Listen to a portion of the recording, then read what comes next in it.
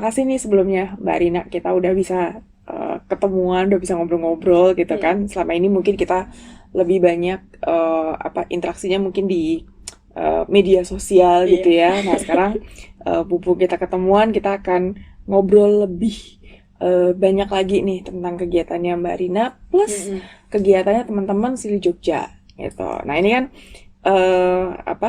Sili Jogja ini kumpulan ya sebenarnya dari teman-teman Muslim, teman-teman Katolik, Kristen juga ada gitu ya.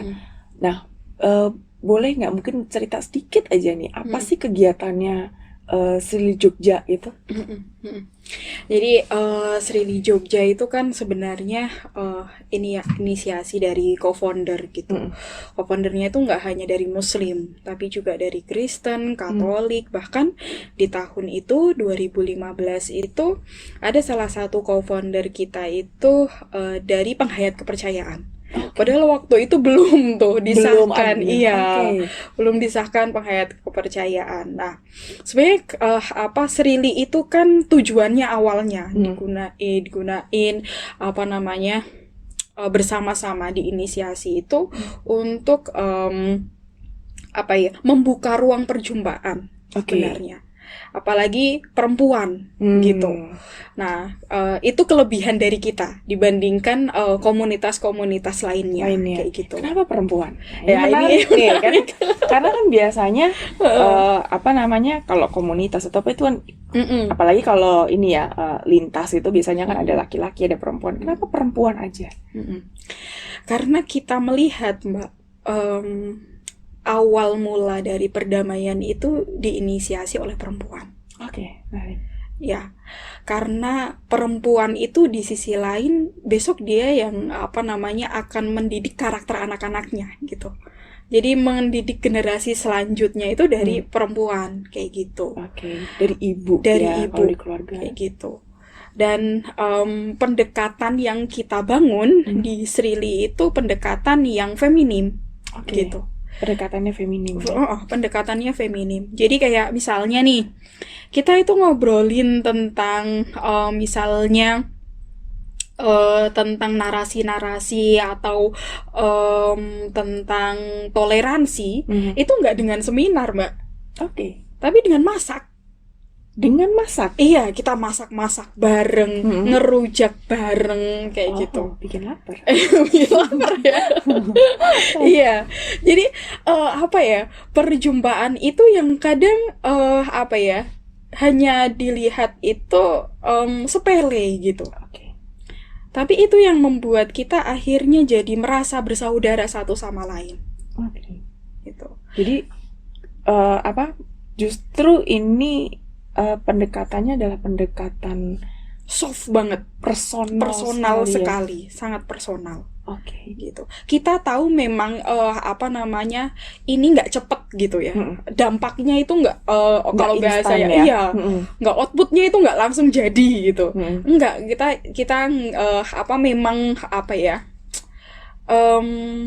kita memang tahu bahwa kalau pendekatan personal tuh nggak mungkin setahun 2 tahun gitu, bahkan bertahun-tahun kayak gitu.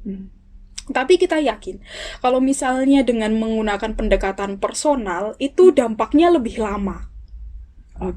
Karena lebih mengena ke hati. Iya. Salah satu kegiatan Srili yang paling menurut saya paling berkesan ya sampai sekarang bergabung di Srili itu salah satunya itu udar prasangka. Jadi ini yang jarang dilakukan oleh teman-teman gitu. Udar prasangka itu ceritanya adalah mendengarkan prasangka-prasangka yang kita ketahui tentang agama lain. Gitu. Jadi semua unek-unek tuh kita keluarkan. Dan memang mereka mau mengeluarkan. Iya, itu. Gitu. Bahkan saya yang muslim sendiri punya prasangka buruk sama teman-teman cadar, saya ungkapkan sama teman-teman cadar. Kayak gitu. Teman-teman yang Kristen, Katolik juga mengungkapkan kepada kita prasangka-prasangka mereka terhadap kita. Gitu.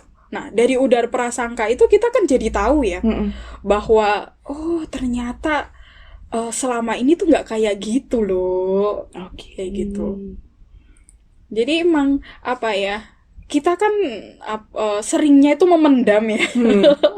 Memendam terus akhirnya nanti jadi bom waktu. Nah, itu yang sebenarnya kita pingin apa Jinakkan. jinakkan, iya gitu. Dengan perjumpaan-perjumpaan itu gitu. Jadi di awal itu, Mbak, kalau Srili itu nggak langsung yang tiba-tiba tiba-tiba ngasih ceramah misalnya, atau kegiatan yang lebih banyak orang pesertanya itu mendengarkan. Tapi kebanyakan kita itu dari peserta. Jadi memang isu-isu itu berasal dari peserta. Oh, justru sebenarnya peserta. Iya, jadi dari peserta itu kita jadi tahu mereka tuh kan punya pengalaman pribadi ya, Mbak ya. Nah, itu yang sebenarnya pengen kita gali. Oke. Gitu. Dan selama ini ketika misalnya rasa itu sudah digali, terus kemudian tadi ya prasangka-prasangka itu udah digali, apa yang mereka rasakan gitu? Apakah kemudian mereka menjadi lebih terbuka gitu ya terhadap perbedaan, atau mereka justru semakin kuat bahwa ya emang kita berbeda gitu? Kalau saya pribadi ya, Pak, kalau prasangka kan sebenarnya saya sebelum masuk Srili itu kayak melihat waktu itu kalau kita masuk gereja itu kita langsung kafir gitu.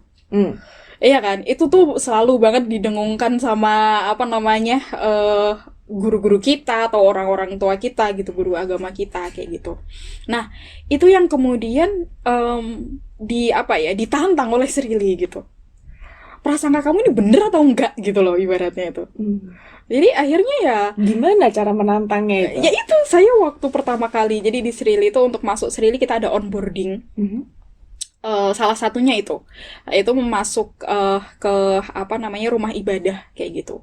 Bagi teman-teman yang punya prasangka seperti saya gitu, punya pengalaman prasangka yang seperti saya alami itu, takut loh, Mbak. Beneran, saya tuh maju mundur itu. Saat itu berasa kayak aku salah nggak ya nanti masuk gereja kayak gitu. Ini kan takut kemudian imannya Iya. Oke. Selain iman juga kayak akan dicap apa nih kira-kira aku di lingkungan aku gitu loh. Ketika selesai dengan kegiatan itu. Iya. Teman-teman lebih banyak kesana sih, Mbak. Jadi merasa nggak enak aja sama orang tuanya kayak gitu. Ketika masuk gereja dan lain sebagainya. Jadi sebenarnya dia mau gitu, tapi dia takut nih nanti kalau misalnya dimarahin orang tuanya dan lain sebagainya kayak gitu. Nah, ini kan menarik nih, karena yang diajak gitu kan, ini kan sebenarnya teman-teman muda ya gitu. Nah, ketika mereka kembali nih ke rumahnya, ke lingkungannya, mereka akan bertemu lagi dengan gurunya, dengan teman-temannya gitu, yang selama ini mungkin membentuk persepsinya mereka gitu terhadap kita di kelompok agama yang berbeda gitu. Apakah dari teman-teman Srili juga melakukan mungkin pendekatan ke keluarganya gitu, atau hanya ke ininya saja, ke teman-teman muda aja? Iya, kita punya, akhirnya ketika kita sering berdialog, Kak, itu yang menjadi kunci. Kita berdialog dengan orang tua gitu. Kita nggak yang langsung mencela gitu ya, ibaratnya pendapat orang tua gitu. Kita bisa berdialog dengan guru-guru agama kita yang misalnya dulu mendoktrin kita seperti itu, kayak gitu. Nah, sebenarnya itu yang pingin Srili kasih lebih gitu, cara berdialog ini loh. Cara berdialog. Itu yang selama ini kan masalah komunikasi kan, lagi-lagi bagaimana kita mengkomunikasikan agama itu dengan secara tadi Mbak bilang santai gitu. Kita ya ada acara di gereja buka bersama, ya udah gitu, datang ikut hadir gitu. Nggak yang apa namanya, kadang kan yang kita lihat itu kan narasinya itu kan berlebih ya, narasinya berlebih atau komunikasinya itu apa ya, eh terlalu mewah-wahkan atau terlalu menjelek-jelekan juga gitu. Nah, itu yang apa akhirnya kita apa ya, kita coba kasih ke teman-teman. Kan seringnya itu agama dengan agama lain itu kan diperdebatkan kan. Nah, kalau kita itu lebih ke didialogkan. Oke. Gitu. Pengalaman menarik apa nih ketika misalnya mengajak teman-teman muda tadi ke rumah ibadah gitu? Ada yang menarik nggak yang mungkin pernah terjadi dan Mbak lihat sendiri nih misalnya?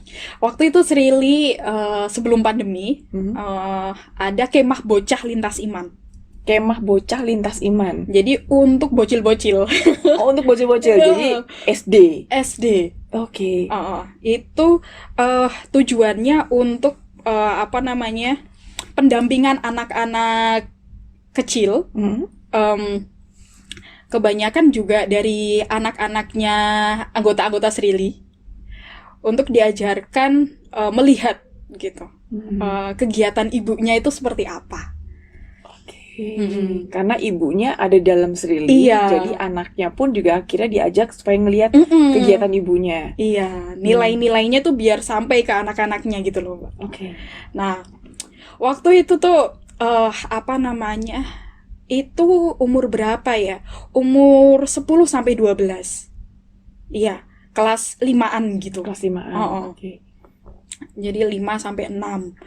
Nah, waktu itu kan kita kemah bocah itu ngecamp tuh. Ngecampnya itu di halaman apa? Gereja Katolik.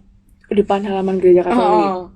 Nah, udah mulai banyak yang bertanya kayak gitu. Pertanyaannya itu pertanyaan yang itu kadang tuh ya pertanyaan anak kecil gitu loh, Mbak. Iya kan? Yang antara pengen tahu, sama ya apa yang mereka selama ini mungkin dapat dari yang dapat dari lingkungan atau dari gitu kan. Ya? Oke. Nah, jadi kemah bocah lintas iman ini ada yang dari Katolik, Hindu, Buddha, kayak gitu, penghayat dan lain sebagainya. Ada yang menarik di situ tuh, mereka kan waktu itu tuh apa ya, sebelum ada tenar Mobile Legends, aku lupa, permainan online kayak gitu. Mereka lagi ngegame, Mbak. Ngegame apa namanya, sekongkol gitu kan, baru ketemu terus mereka sama-sama suka game gitu kan, ngegame gitu. Terus waktu apa namanya, lagi seru-serunya gitu, ada salah satu anak itu nyeletuk, kafir kayak gitu. Jadi nyeletuknya itu dasar spontan gitu. Itu untuk menjatuhkan lawan gitu loh. Padahal itu sedang dalam itu permainan. Dalam game, Mbak, game. Kan kita itu sebagai yang lebih tua itu shock ya. Loh, kok ada perkataan kayak gitu, itu padahal lagi asik loh, Mbak. Tapi itu tuh terkayak kebiasaan untuk melontarkan itu gitu. Spontanitas. Kayak gitu. Itu yang menurut aku yang ternyata dari kecil aja kita itu udah diajarin apa ya, melihat orang lain itu tuh buruk gitu. Dari prasangka itu, stigma. Iya, benar. Terus ada juga waktu kita kunjungan, jadi kita salah satu kegiatannya itu ada kunjungan. Apalagi bocil-bocil kan suka banget tuh rekreasi kan ibaratnya tuh. Kaget lah mereka, kita kunjungan ke masjid. Ada salah satu anak Katolik itu beneran, Mbak, nggak mau masuk masjid. Padahal itu baru apa, ibaratnya tuh baru belum masuk ke ruangan utamanya, baru di teras gitu loh. Oke. Itu nggak mau. Ini terus, mereka didampingin sama orang tuanya atau mereka jalan sendiri. Okay. Terus waktu itu kan saya pembina ya, waktu itu kakak pembina gitu lah. Saya tanyain gitu, kenapa kok nggak mau turun gitu?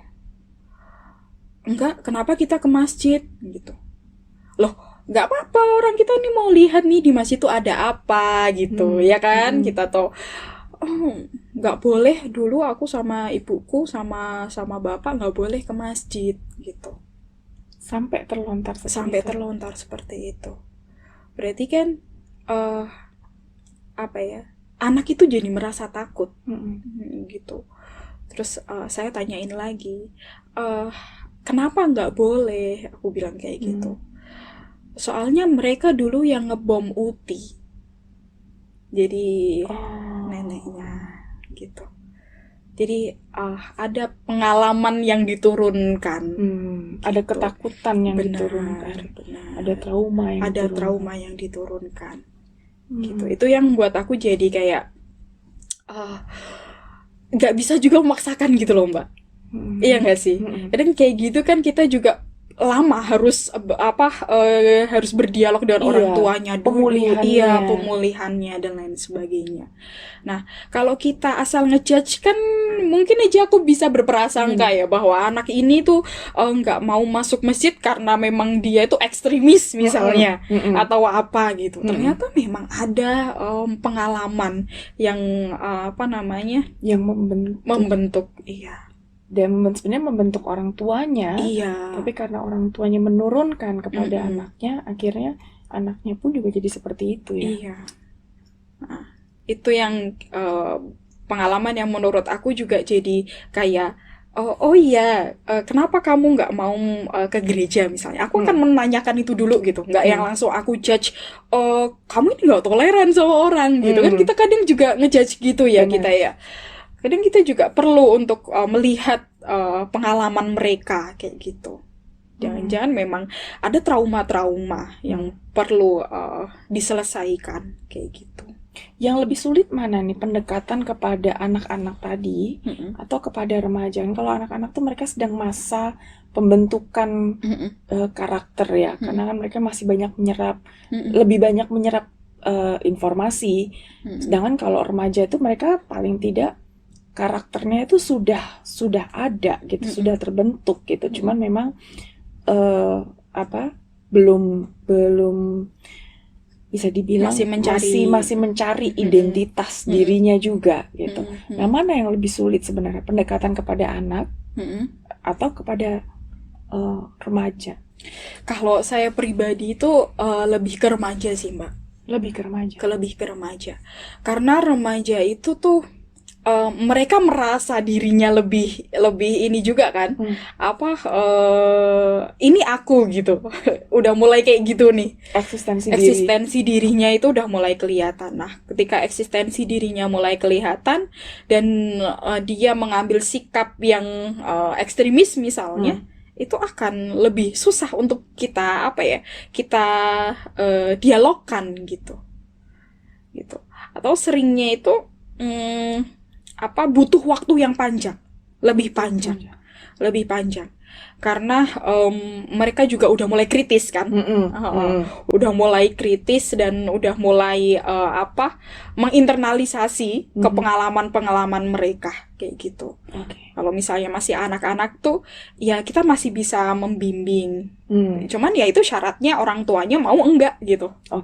Seringnya kan di situ juga ya. Nah, untuk kasus yang tadi nih, yang kita balik lagi nih, yang tadi ada anak yang kebetulan diajakin ke masjid gitu ya, nggak mau masuk gitu, dan pasti sebaliknya juga ada.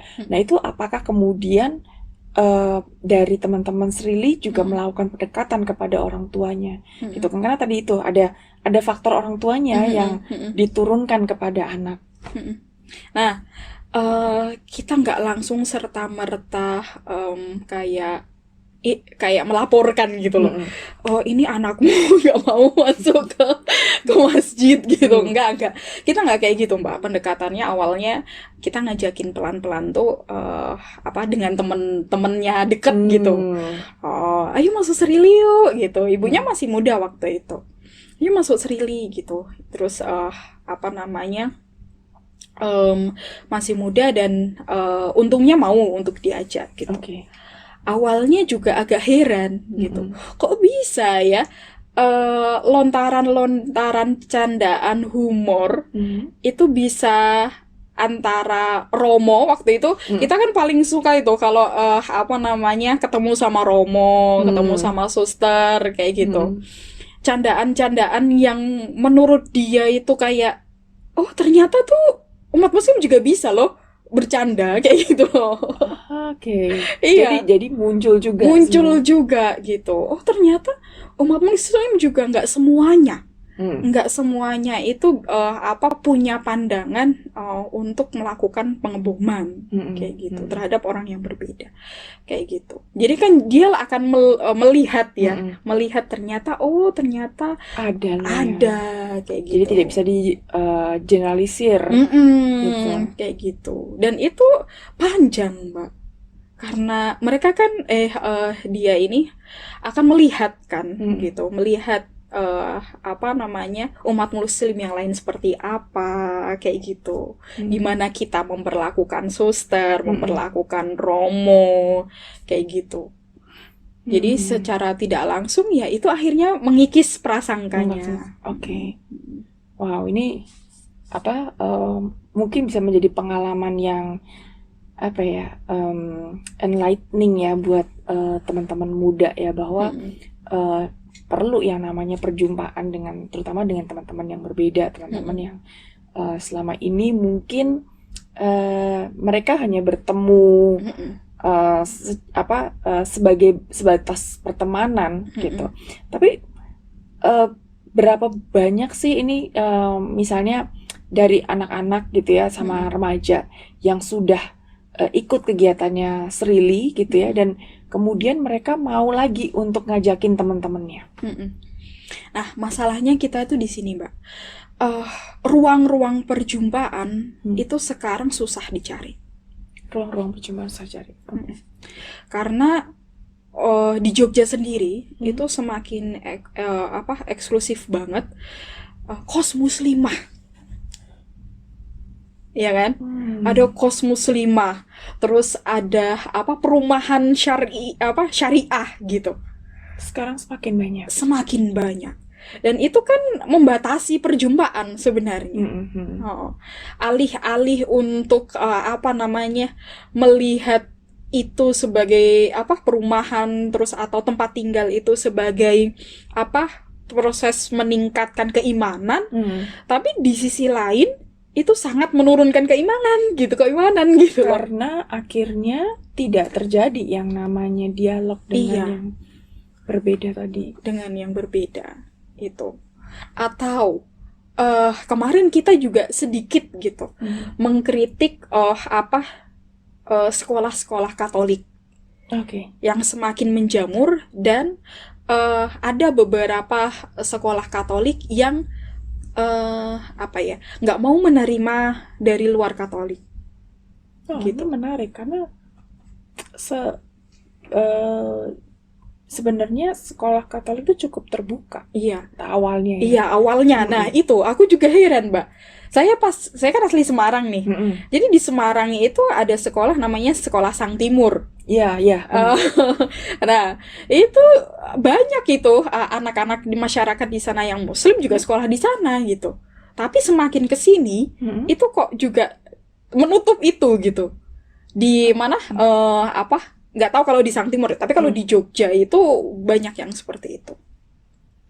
Gitu. Termasuk banyak kan sekarang Islam terpadu dan lain sebagainya. Itu sebenarnya kan kalau tidak ada ruang perjumpaan dengan yang lainnya gitu, itu menurutku akan semakin ekstrim kayak gitu. Termasuk semakin memperkuat rasa sebenarnya aku yang paling benar. Iya. Masuk kemarin juga kita ngobrolin itu pondok pesantren. Nah, pondok pesantren itu kan paling eksklusif sebenarnya ya. Iya kan? Karena nggak mungkin ada umat agama lain masuk ke pesantren. Iya kan? Paling eksklusif. Sampai akhirnya kemarin habis R20 ada Romo Vatikan yang itu ke pondok pesantren. Untuk memperlihatkan ke santri-santri itu Hmm. ada ruang perjumpaan di situ. Minimal mereka tuh tahu Romo itu siapa. Dan Romo datang itu bukan untuk mengkhutbah mereka atau Bukan untuk membaptis. ya. Iya, kayak gitu loh. Cuma sekecil itu, tapi itu pengalamannya luar biasa bagi mereka. Oh, ternyata Romo tuh harus pakai yang ini. Romo Vatikan itu. Oke, Oh, iya karena jadi mereka harus pakai kupluknya itu. kupluknya gitu. Hampir mirip ya Mbak sama ini, sama pecinya di Islam. Gitu kayak gitu Mbak. Jadi memang dibutuhkan sebenarnya. Mm-mm. Sesederhana itu sebenarnya sih. Minimal lah kayak gitu. Misalnya memperjumpakan santri-santri itu Hmm. dengan orang yang berbeda gitu, dengan Hmm. mereka gitu. Nah, Termasuk agama. tadi Mbak Arini bilang eh belum lama ini teman-teman diajak ke gereja, kebetulan gereja Katolik ya. Gitu. Nah, apa yang dilakukan di teman-teman di dalam gereja pada saat itu? Jadi kita itu Mbak, Srili itu saking dekatnya dengan kesusteran, Mhm. kita nyimpen mukena di situ. Menyimpan mukena di situ. Iya, karena kita juga sering dari kesusteran juga sering ngadain kegiatan. Kegiatannya Hmm. tuh kayak misalnya bikin pembuatan ekoenzim, masak Oke. bareng, kayak gitu. Hmm. Yang dilihat orang lain tuh, wah ini cara kristenisasi. Oh ya, karena dilakukan di dalam Iya, ini. gitu. Tapi mereka nggak melihat tuh bagaimana kita di sana itu happy banget gitu Hmm. dengan suster-suster kayak gitu, dengan sholat di sana, dikasih ruang, dikasih ya udah makanannya ditaruh di sini kayak gitu. Dan suster tuh akhirnya tahu juga gitu kan, Hmm. suster kan juga elusif juga ya Mbak ya. Hmm. Hmm. Kadang pertanyaan-pertanyaan, wah kamu ini kenapa? Padahal minyak babi itu enak banget loh. Kayak gitu. Mingin-minginin kita gitu loh. Terus aku balik lah. Suster nggak tahu kalau misalnya kita itu makan daging yang lebih enak besok di surga. Aku bilang kayak gitu. Jadi kayak Bercandaan sebenarnya. bercanda-candaan yang seperti itu tuh yang kayak akhirnya tuh mendekatkan kita secara personal Hmm. gitu.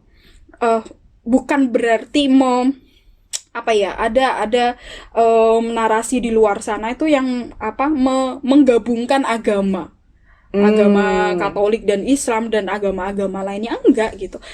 Gini, ada salah satu quote Gus Dur yang paling saya suka itu, yang beda Mhm. jangan disama-samakan, Ya, yang sama jangan dibeda-bedakan. dibeda-bedakan gitu. Masalah ekoenzim ini kan masalah bukan agama, bukan ditanya agama Kristen atau Islam gitu Mm-mm. loh. Ini adalah masalah lingkungan gitu.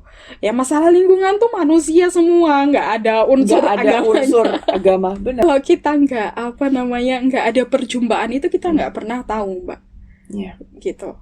Nah masalahnya kan kita itu seringnya udah takut duluan gitu Hmm. untuk melakukan perjumpaan itu kayak gitu. Karena mungkin ya tadi Prasangkanya masih ada banyak. prasangka dan ada faktor-faktor dari Lingkungan. lingkungan, dari orang tua, bahkan sekarang termasuk sekolah juga Benar. gitu. Terutama misalnya guru, kepala sekolah yang justru sekarang banyak gitu ya mengajarkan ya tadi penyeragaman gitu, Betul, mengajarkan betul. kita tidak terbuka dengan yang namanya perbedaan gitu. Nah, kalau misalnya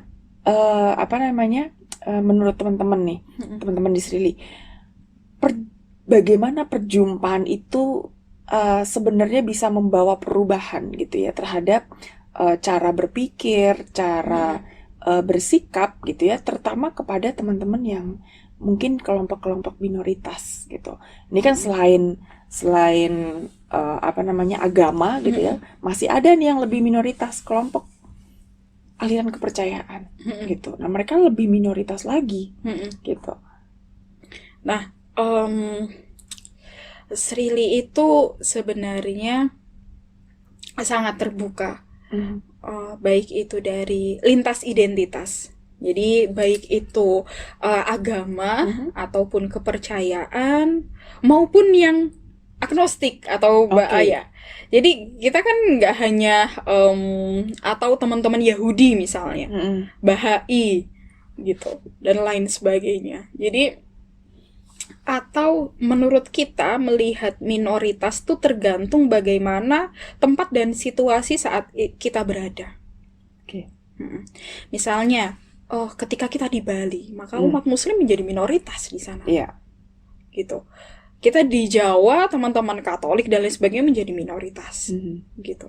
Tergantung bagaimana minoritas kita melihat minoritas gitu. Nah, terhadap teman-teman penghayat kepercayaan itu kita juga membantu mengadvokasi itu gitu. Mereka selama ini kan udah ibaratnya itu bersembunyi di balik agama yang udah disahkan negara gitu. Nah, bagaimana kita itu membuka gitu identitas mereka yang tersembunyi itu sebenarnya. Oke. Gitu. Banyak tuh biasanya kalau di Islam ada Islam kejawen kayak gitu. Nah, itu di Katolik Kristen juga ada benar. Yang kelompok lebih ini lagi.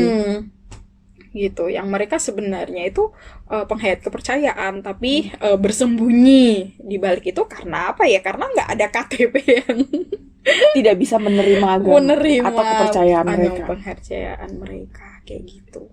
Nah, kalau sekarang nih teman-teman Srili ini ke depan apa yang mau dilakukan gitu untuk terutama untuk tadi ini kita masih banyak PR-nya dan aku ngerasa PR kita tuh semakin kompleks nih ke depan ini gitu ya. Apa yang mau dilakukan oleh teman-teman Srili Jogja gitu? Apakah misalnya mau ini ditularkan juga ke teman-teman di daerah yang lain gitu atau memang mau fokus aja di Jogja? Srili memang dari awal komitmennya teman-teman co-founder itu nggak akan buka cabang gitu. Oke, jadi hanya di Jogja. Hanya di Jogja. Tetapi kita mendukung gitu baik bagi teman-teman pengurus dan anggota Srili yang kembali ke daerahnya masing-masing. Oke. Ada yang dari luar daerah dari Jogja? Banyak, Mbak. Oh, banyak. Banyak. Salah satunya itu Pelita Padang. Pendirinya itu anggota Srili. Like? Bukan. Mbak siapa ya, aku lupa namanya. Itu pendirinya salah satu pendirinya Sri. Oh, oke. Jadi kita akan support banget gitu ke teman-teman ketika kembali, apalagi kan perantauan di Jogja itu banyak banget ya. Terus kembali ke daerahnya masing-masing, mereka bikin komunitas gitu, kita support banget. Gitu. Jadi sekecil apapun bentuk kontribusinya itu tuh bakal kita akan bisa bantu apa nih gitu. Jadi jejaringnya kita seperti itu. Jadi takutnya sebenarnya yang kita takutkan kalau misalnya kita memaksakan Srili membentuk cabang, gitu kita nggak bisa all out gitu loh, Mbak. Oke. Iya. Tapi kalau misalnya mereka punya, kan masing-masing daerah sebenarnya punya persoalan sendiri-sendiri kan. Kompleksitas sendiri. Karakternya masyarakat juga berbeda-beda. Benar. Gitu. Jadi nggak bisa kita paksakan kemudian nilai-nilai Srili yang di Jogja dipaksakan ke daerah-daerah lainnya. Itu sih yang sebenarnya pingin kita support teman-teman itu di situ kayak gitu. Oke. Nah, terus apa nih kira-kira harapan dari Mbak Arini sama teman-teman Srili nih buat terutama ya tadi generasi anak muda kita gitu ya, termasuk tadi nih yang masih di SD gitu ya istilahnya gitu, yang bocil-bocil ini apa sih harapannya ke depan nih? Sebenarnya harapan ke depan ya, Mbak. itu kita semakin banyak membuka ruang-ruang perjumpaan ke generasi muda sih. Karena mau nggak mau gitu, ruang perjumpaan itu semakin sempit di masyarakat gitu. Jadi ketika kita membuka ruang perjumpaan dengan mereka, itu setidaknya kita memperlihatkan kepada mereka ada yang berbeda dengan mereka. Dan itu tidak seperti prasangka yang mereka prasangkakan gitu. Itu sih Selama ini gitu. Karena menurut aku juga sosial media itu paling banget kayaknya memberikan kontribusi. sekarang itu trennya berubah. Orang lebih seneng dapet follower banyak gitu ya di media sosial dan berjumpa di ruang maya ketimbang berjumpa seperti ini, tatap muka, ngobrol benar, bersama gitu. Di Jogja pun juga seperti itu. Apakah ada perubahan nih di cara anak muda gitu ya atau teman-teman di sana untuk berinteraksi? Gini Mbak, sebenarnya itu karena apa ya, anak muda ini tuh capek sebenarnya. Capek mereka seharian nih belajar sekolah. Sekarang kan sekolah itu tuh udah sampai sore ya. Iya. Gitu. Habis itu mereka masih les. Les A, les B, les C gitu. Nggak ada ruang mereka ketika mau keluar gitu kan. Serili itu acaranya di weekend, di Sabtu Minggu. Seringnya, Kak aku tuh capek dari Senin sampai Jumat itu udah belajar terus. Aku pingin Sabtu Minggu tuh rebahan aja. Jadi kaum rebahan dong. Jadi kaum rebahan. Akhirnya mereka mau nggak mau di medsos kan. Maksudnya ya yang paling dekat dengan mereka kan medsos. Media sosial. Gitu, media sosial. Gitu. Jadi itu yang kemudian kita juga nggak kemudian menyalahkan seutuhnya generasi yang sekarang ini. Mereka juga dipaksakan gitu karena situasi dan kondisi yang membuat mereka tuh nggak bisa untuk berjumpa dengan yang lainnya gitu. Nah itu yang kemudian perlu kita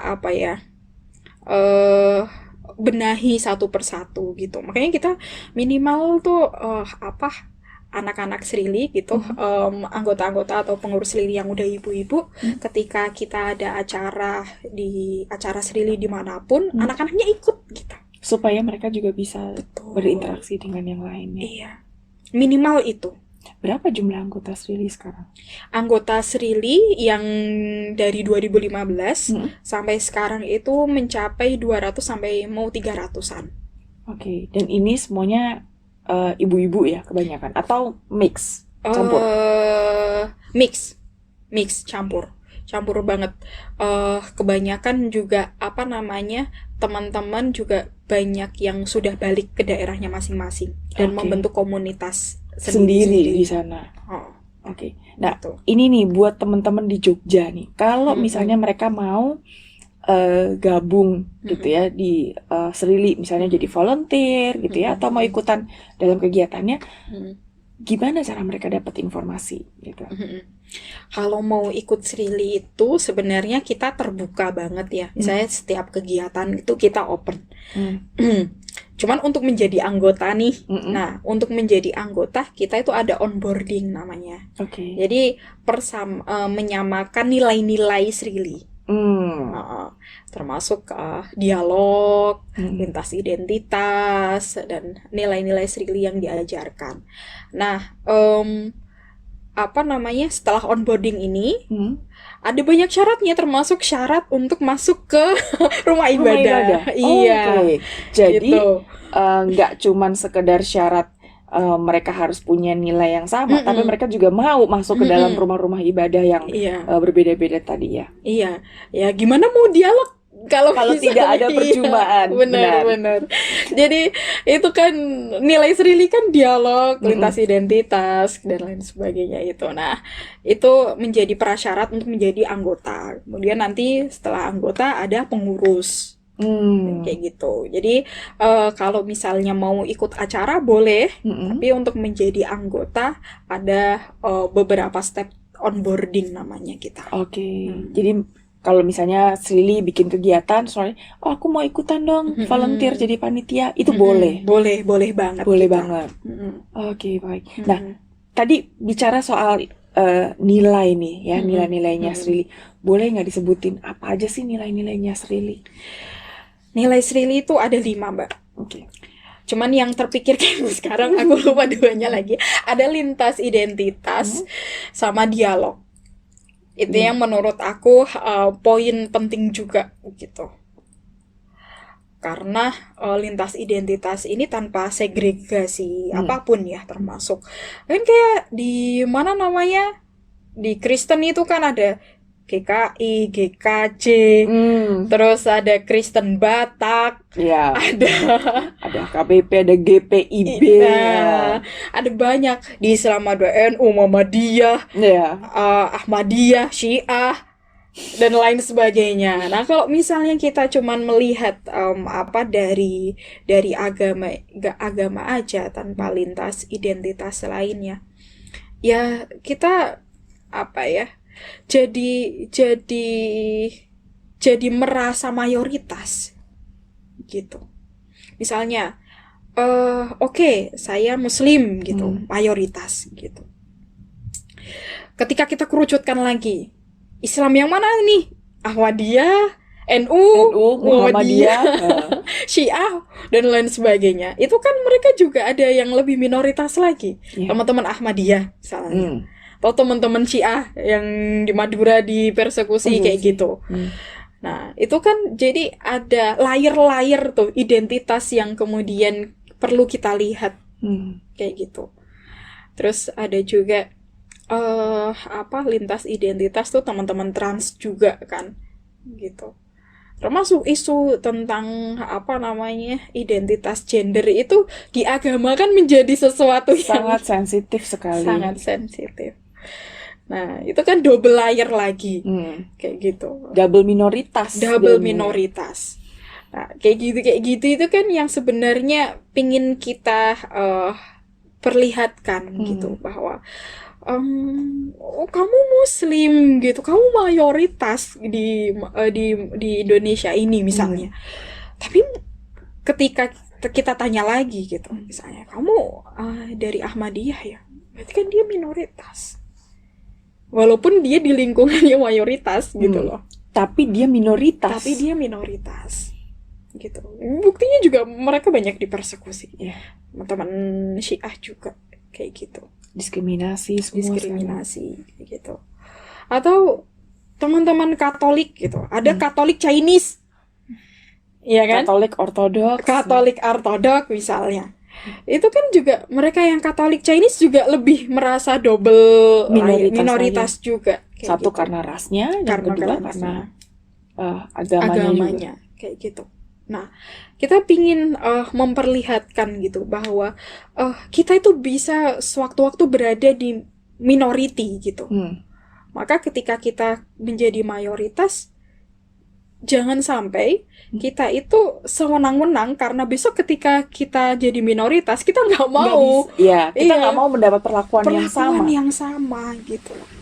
Kita kan kadang tuh udah sombong duluan gitu kalau udah jadi mayoritas itu. Tapi kalau misalnya kita main yang jauh gitu ya. Misalnya kita ke Papua misalnya, di mana mayoritasnya beragama lain, kita akan diperlakukan seperti apa gitu. Gitu. Nah, itu yang pingin sebenarnya Srili berikan gitu kepada teman-teman gitu. Makanya dialog itu tuh perlu karena itu. Dialog. Ketika kita jadi minoritas, berdialog sama mayoritas gimana sih berdialog dengan minoritas kayak gitu. Jadi berjumal itu sangat penting ya. Penting banget. Untuk mencairkan tadi ya stigma-stigma, prasangka-prasangka gitu. Wah, ini menarik sekali ini ngobrol kita hari ini gitu ya. Semoga ini menjadi sesuatu yang meaningful gitu ya buat teman-teman yang lain gitu ya, terutama buat teman-teman muda, karena kita berharap mereka menjadi agent of change gitu ya. Jadi kita inginnya justru yang bergerak ini muncul dari kelompok teman-teman muda. Benar, benar, benar banget. Oh. Harapan kita ini untuk kedepannya. Dan masih banyak PR-nya. Banyak banget, banyak banget. Dan kita banyak juga identitas lainnya kan, Yang belum, suku-suku iya, ya benar, suku, ras. benar. Aduh. Itu udah Oke. cukup ya minimal lah dari diri kita sendiri dulu. Terima kasih Iya. Mbak Rina dari Sri Jogja dan Jaringan Gus Durian juga ya. Iya. Jaringan Gus Durian. Jadi kayaknya ini kurang ini apa sih? Kurang toleran apa sih? Oke, jadi terima kasih sudah Iya. ngobrol hari ini gitu ya. Tadi ya kita berharap ini ke depan Indonesia menjadi lebih baik. Kita punya teman-teman muda yang karakternya lebih toleran terhadap perbedaan-perbedaan. Sekali lagi terima kasih Mbak. Iya. Kasih. Thank you.